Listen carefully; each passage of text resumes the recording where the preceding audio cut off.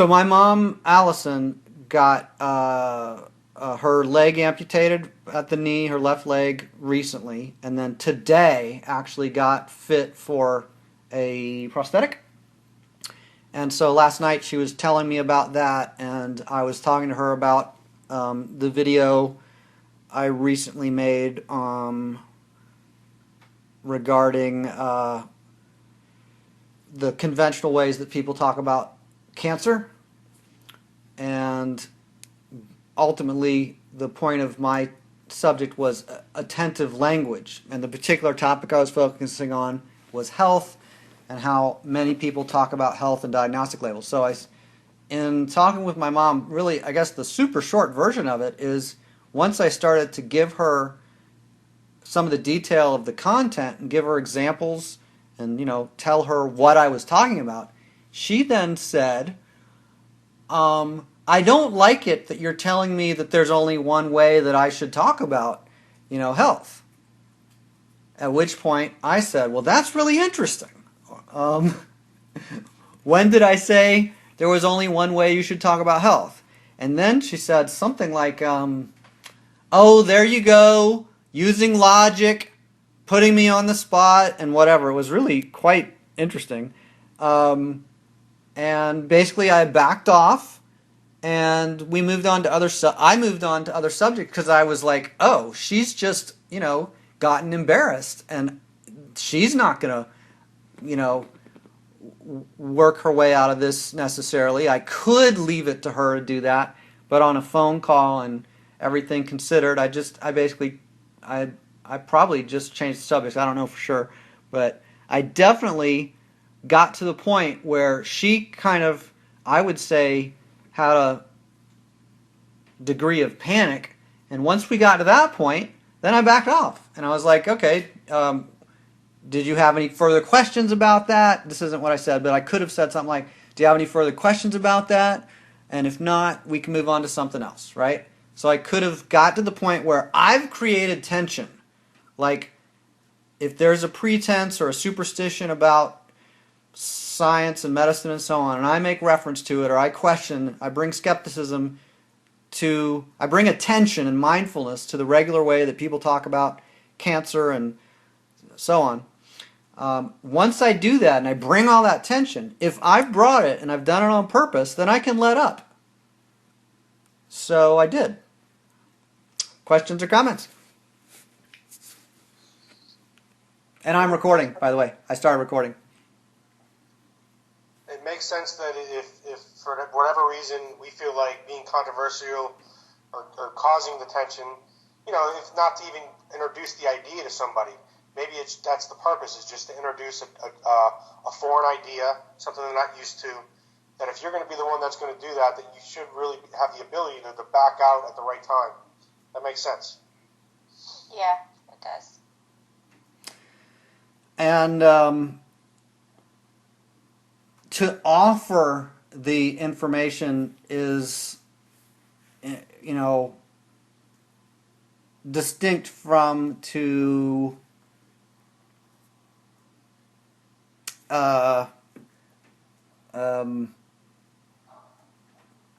basically argue in favor of a particular perspective, like they should agree with me or I want this particular person to agree with me. That's really different from I'm really interested in language and health and blah, blah, blah, and let's see if they are. And I can say, even at the end of a conversation, I can say a very kind of, harsh kind of thing like, oh, well, if you're not interested in health, then go to the medical doctor and, stick with them. And I'll say I can say something really,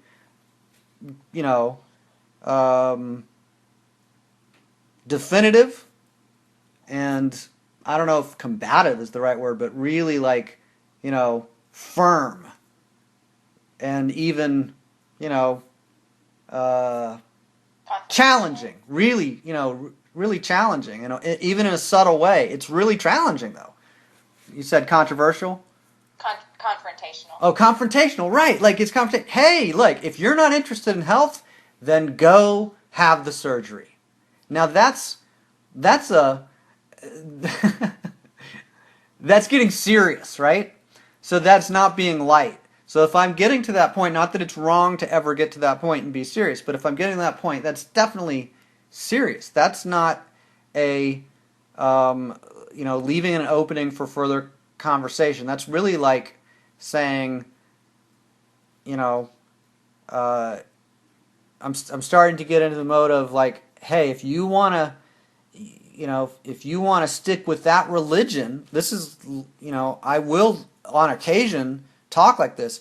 If you want to, go with the ritual of going to the doctor and having them tell you that it's incurable, and uh, and they put you on more drugs, and you want to participate in that religion, you can. I'm just telling you, you got other alternatives, and I'm disappointed in not that I'm disappointed in you, but I'm really disappointed in the results that you're getting from these doctors. They're saying incurable. Well, it's like they either don't care or they just lack intelligence. It's really disappointing. So there's a difference between me saying I'm so disappointed in them or in that method, and I'm so disappointed in you. So I'm disappointed in you is a repulsive kind of communication in a way that it's not personally repulsive to say I'm disappointed in those results.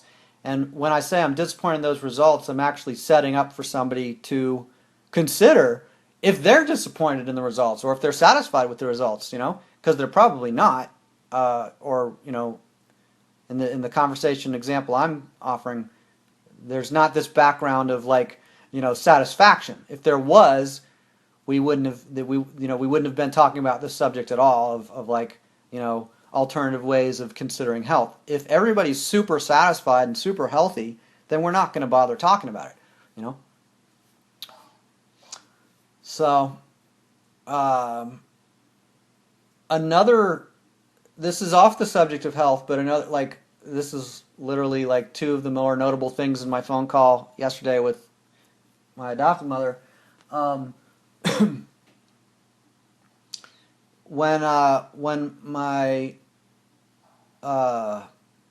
my son's mom was pregnant with my son, which was the first of two pregnancies. I don't know if I've ever told you guys that, but the first of two pregnancies she and I were produced or whatever. You didn't know I had another? My wife didn't know either. So so I'll tell that story too. But okay, so the story in relation to my mom is so when my son's mom was pregnant, and I found out, and I called my mom, Allison, who was the only mom I knew at the time. I call her to tell her I'm on speakerphone. My son's mom is there. I'm there. And my mom's, on the phone, and my mom says, "Are you sure it's yours?" And,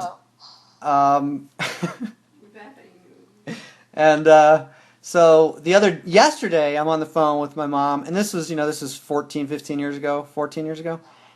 So I'm thinking, I want to confront her about this, and I want to like tell her that, I felt disrespected or whatever. And at the time, in the conversation yesterday, it occurred to me, I thought of it, and I thought, it's not that big of an issue to me right at this moment.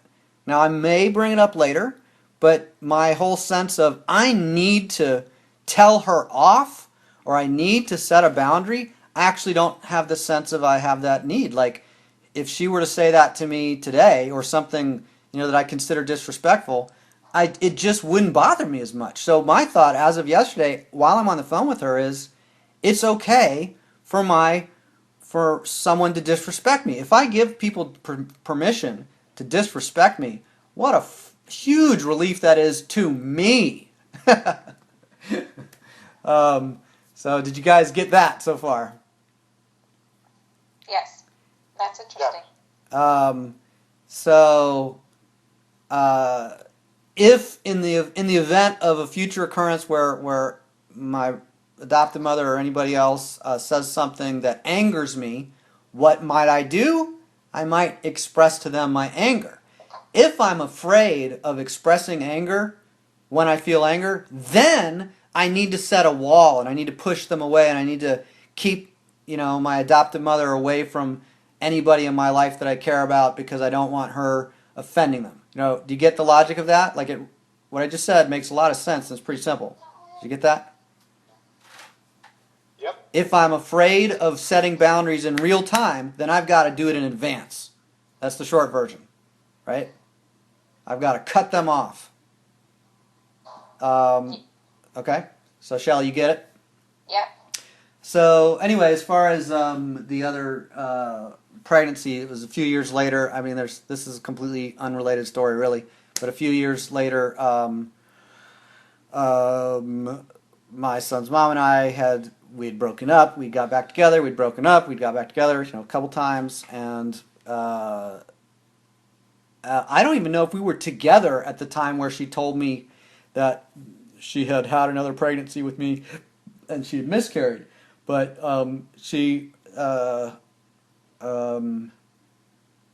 we were physically together. I'm just saying, I don't know if we were in a relationship or were a couple at the time. I kind of think we were, now I think back to it. But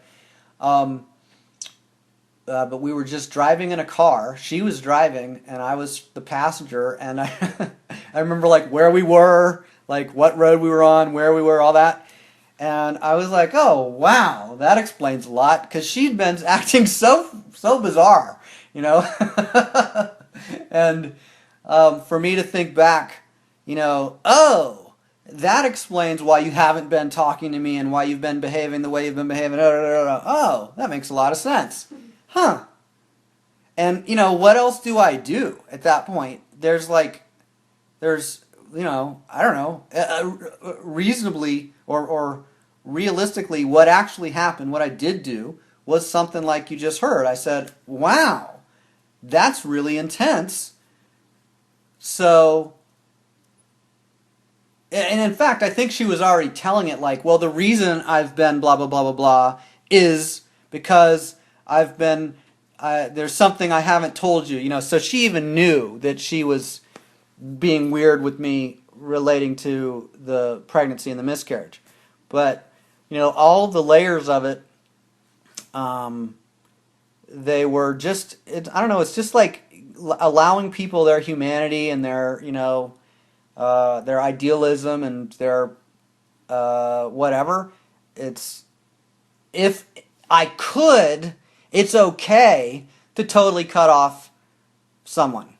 It's okay to give them probationary, privileges where I let them into this level of the circle, but they can't get all the way in, but I'll let them in a little bit, or I'll let somebody in, to the inner circle, but on a probationary period as a temporary experiment, and if it doesn't work out after 60 days for any reason, any party can do the contract, right? So there's all these different layers of the intimacy that I'm willing to allow with someone. And intimacy can be like me sharing the story now, or it can be me talking about my view of politics or my view of health or whatever.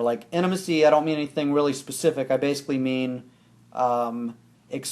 vulnerability. I was going to say exposing myself, but I mean exposing my my ideas, my preferences, and exposing is really kind of a weird word because it's more with some people I'm conservative and even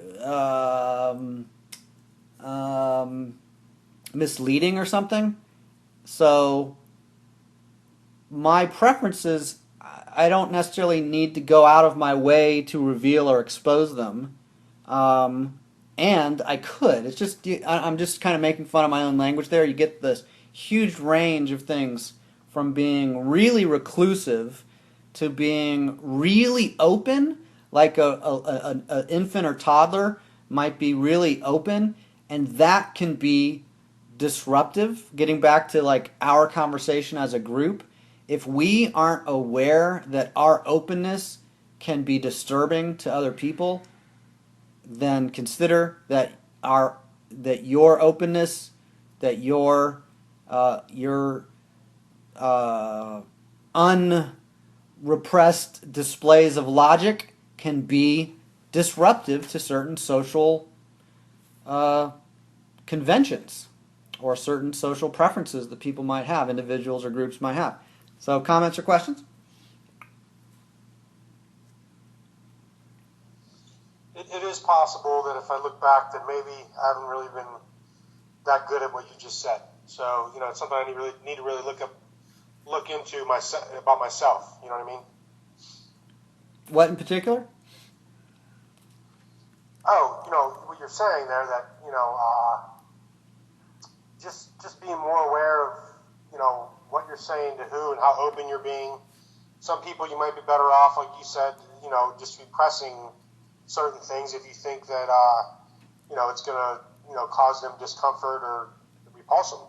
It depends on what you want, but to be more aware of how your language or logic or whatever could affect, people that you might want to attract in a certain moment, So, maybe I'm not very aware sometimes when it comes to that. And I might want to attract somebody. I might want to entice them with something confusing and provocative and, controversial that I say, like, oh, yeah, those MDs just worship demons, and you do. Are you a demon worshiper? Like, for me to say to somebody, oh, are you a demon worshiper too? Like, that's, that's really odd. So for me to do that without some kind of a, attentive context, like it works to be attentive to the context. If I'm throwing out a provocative and dramatic remark, I thought also we just went to the chiropractor again today, and then we walk in, and the lady there behind the desk, who had hired me. I don't know if I've told you guys about this, but I'm doing a trade with them. Anyway, so I mentioned that because I work with her. She's the office manager and actually work directly with her. So I know her pretty well. So my wife and I walk in. She said, how was your weekend? Or what did you guys do this weekend? Or something like that. And I said something really what? I don't know. Do you remember what I said exactly? Maybe she said, did you have a good weekend? I said, oh yeah. And then she said, oh really? What'd you do? I'm like, not going to tell you. Okay? I didn't say that, but if you imagine that interaction, it was something like that, It was like wink. Yeah, I said we got some rest. Yeah, my wife answered a straight answer, and it's not that my answer wasn't straight, but I mean, with you guys and with that lady, I could have said more, but I didn't know her. I don't have a relationship with her where I was going to actually do more than wink at her and, I would hug my wife, kiss my wife on the cheek, and then look at her and say, yeah, we had a really good weekend. But that I wouldn't actually say anything to her. And if she asked me, I don't know if I would even answer. No, I'm embarrassed. Yeah, well, you should be embarrassed because it was a good weekend. Anyway, but just based on my interaction with that person, I don't think I would. I wasn't surprised that she didn't inquire any further, and I don't expect her to ever.